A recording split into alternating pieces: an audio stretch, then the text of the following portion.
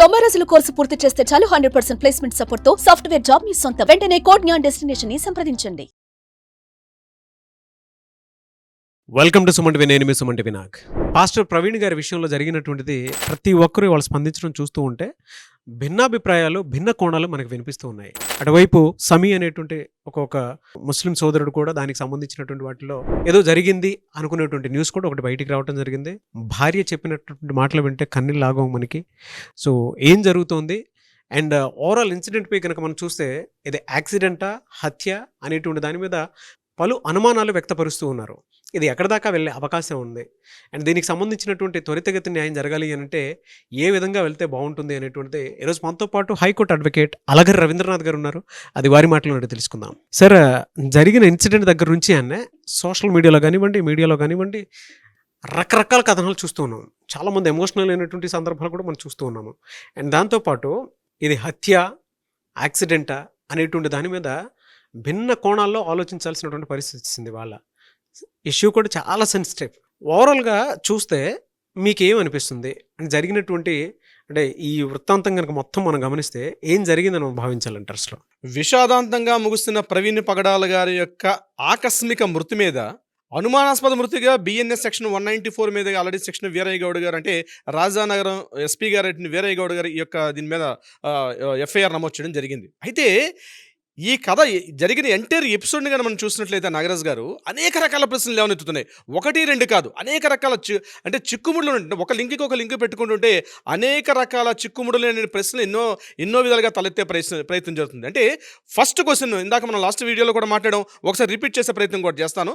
అసలు విషయం కంటెంట్ మామూలుగా మాట్లాడతాను, చివరి దాకా వీడియోని అయితే మొత్తం తప్పనిసరిగా చూడండి. అయితే ప్రవీణ్ పగడాల గారు అసలు ఎందుకు వెళ్ళారు చాగల్లో వెళ్లాల్సిన అవసరం ఏముంది? ఇంతకు ముందు వెళ్ళారా? ఇదే ఫస్ట్ టైం వెళ్ళడం జరిగింది. ఆ చాగల్లో మార్గ మధ్యంలో ఆయన ఒక లగేజ్తో కూడా వెళ్ళడం జరిగింది. ఆ ఎంటైర్ మనం ఆ బైక్ ఆయన మూవ్ చేసుకుని వెళ్తున్నప్పుడు మనకి నేను ఎస్పీ గారు కూడా మాట్లాడడం జరిగింది. అందులో ఒక లగేజ్ బ్యాగ్ కూడా తీసుకెళ్తున్నారు అందులో. అయితే మనకి అందిన సమాచారం మేరకు మనం ఏమనుకుంటున్నాం అంటే ఎస్పీ గారు చెప్పిన రివీల్ చేసిన ఇన్ఫర్మేషన్ని మనకి ఇక్కడ గడిచిన గంటకి వస్తున్నటువంటి కొన్ని అప్డేట్స్ మనం చూసినట్లయితే కొత్త వ్యక్తుల యొక్క పేర్లు కూడా దీనిలో వినిపిస్తున్నాయి.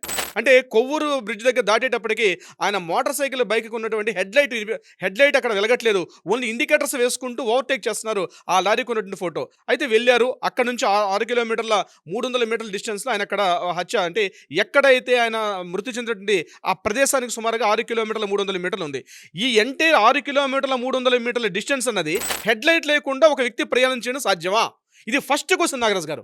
ఎందుకంటే అంత మిడ్ నైట్ రాత్రి 11:31 టైంలో జర్నీ చేయాలంటే డెఫినెట్గా ఆలోచించండి. ఒక మనిషిగా ఆలోచన మనం 100 మీటర్లు 200 మీటర్లు వెళ్ళడమే కష్టం. అట్లాంటిది ఇండికేటర్ లైట్ తోటి 6 కిలోమీటర్ల 300 మీటర్లు డిస్టెన్స్ ప్రయాణం చేయడం సాధ్యమా?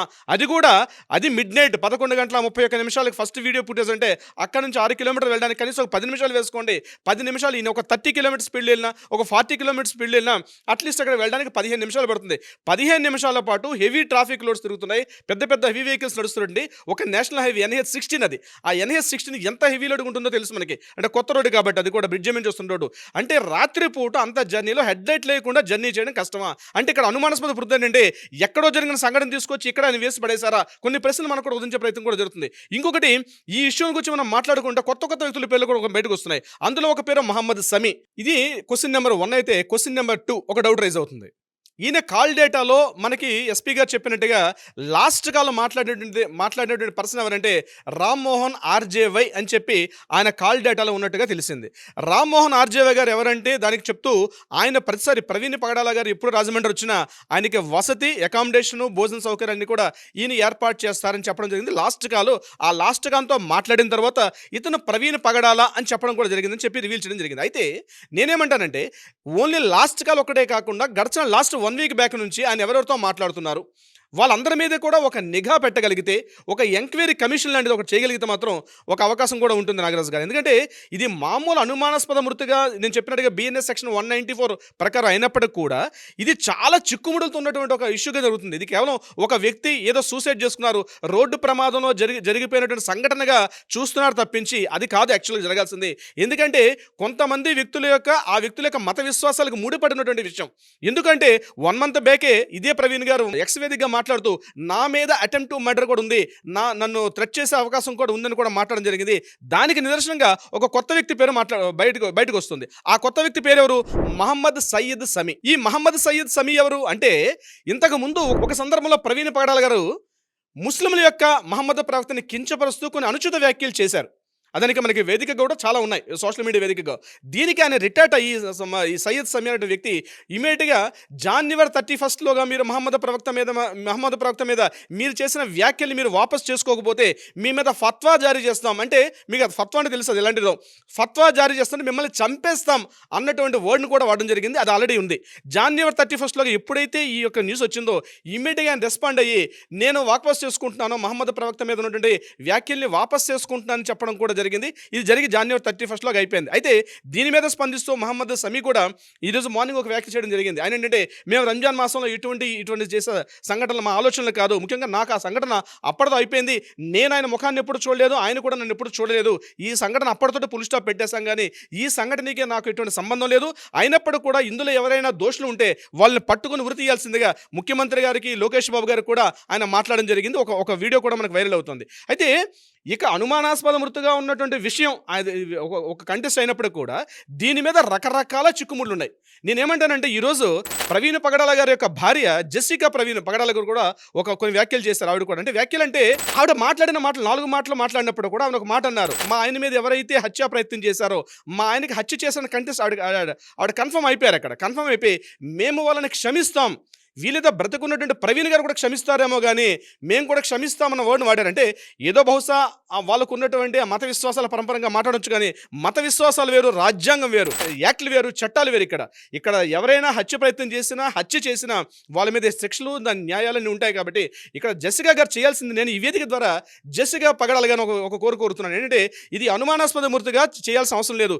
మీరు ఒక్కసారి డిమాండ్ చేయండి రాష్ట్ర ప్రభుత్వానికి సిబిఐ ఎంక్వైరీ అన్నది కానీ మీరు డిమాండ్ చేయగలిగితే, రాష్ట్ర ప్రభుత్వం ఇప్పటికే ముఖ్యమంత్రి గారు చంద్రబాబు నాయుడు గారు కూడా మాట్లాడడం జరిగింది, లోకేష్ గారు మాట్లాడడం జరిగింది, వంగలపూడి అనిత గారు మాట్లాడడం జరిగింది. ఇలాంటి సందర్భాల్లో సిబిఐ దర్యాప్తు ఖచ్చితంగా విషయాలు వెలుగులోకి వచ్చే అవకాశం ఉంటుంది. అంటే ఇక్కడ రాష్ట్ర పోలీస్ యంత్రాంగం మీద నాకు నమ్మకం లేదని కాదు, ఇక్కడ సిబిఐ దర్యాప్తు అంటే ఇది కేవలం ఒక మత విశ్వాసాలకు సంబంధించింది.